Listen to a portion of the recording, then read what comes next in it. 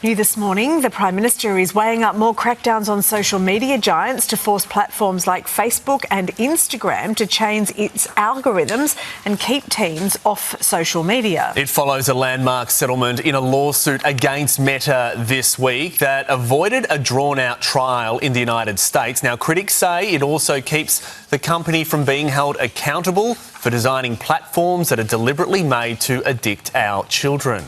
For more, let's bring in Stephen Schiller, who is the former CEO of Facebook Australia. Stephen, good to see you. OK, first off, some are seeing this as a win, with Facebook and Instagram set to roll out changes like lockout periods overnight for kids, although you can opt out of this if you want to. Also, a 2-hour limit for young users during the day. They did get a fine, which is really a drop in the ocean when we're looking at this company.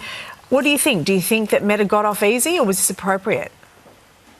I think it seems that it's the right thing at the right time right now. I think there was no way this was ever going to go to full trial, with all the discovery and the witnesses and the bad press for Meta and the risk that they would face a much bigger settlement at the end. Now, I don't think this is the end of the road. There's other settlements coming. There's hundreds of lawsuits still in the works. But I think this has set a moment where the social media giants are starting to admit that, our products are not designed for the well-being of all our users, and we need to be more proactive about doing something about it at the threat of much bigger fines to come. So then with that in mind, Stephen, is this just Meta getting on the front foot here to sort of avoid that all-out ban for our kids?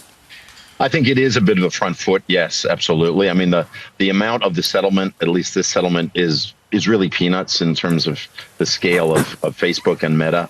But, there are bigger numbers coming down the track. So I think they are trying to get ahead of this because they're seeing around the world, not just in Australia, but other countries, parents around the world are becoming much, much more concerned and proactive about stepping in and bringing in regulation to control these platforms even before the platforms do themselves. OK.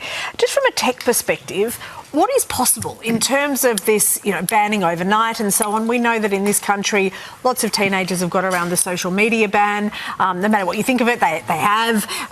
Is it possible to block kids like in the way that is being proposed, or are they just going to get around that too?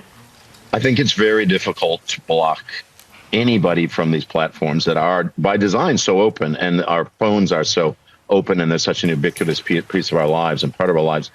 And, there's arguments on both sides here. Having the social media giants, do age verification or look at ID, that can be alarming as well. You don't necessarily want them to hold that information. So, I mean, there's legitimate concerns on both sides, but there's no question, it's hard to keep kids from doing things kids want to do. Alcohol's been banned for kids for a long time, but kids, me included, still found a way to drink in different ways. So, there's ways to get around anything. So I don't think there'll ever be a perfect solution, but designing the platforms to be more healthy and better for the users, I think, is a definite big move in the right direction. So, I mean, we've seen this action here today, this week rather. We've seen the laws here in Australia for those under 16s that sparked other countries to take on that position as well. What would be those conversations inside Facebook HQ right now? Do they feel that they are on borrowed time? That, this ruling has been likened to that of big tobacco, a couple of decades ago as well. Do they feel that they are on borrowed time here and they're just trying to make hay while the sun shines, knowing that it could all end?